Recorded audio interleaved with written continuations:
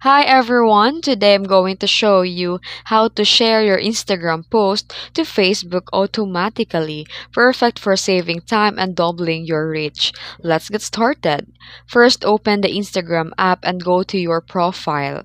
Then here tap the three lines at the top right corner of the screen, then go to the settings and activity.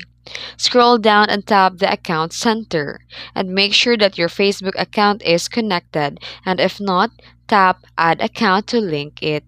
And once linked, go to the sharing across profiles. Choose your Instagram account and turn on the share your post to Facebook automatically. You can toggle it for sharing for your stories and reels on Facebook.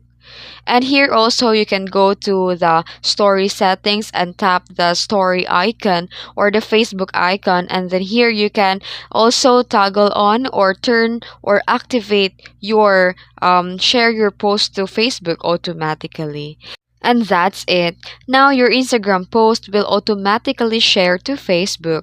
If you found this video helpful, make sure to like, subscribe, and tap that bell icon for more social media tips. Thanks for watching.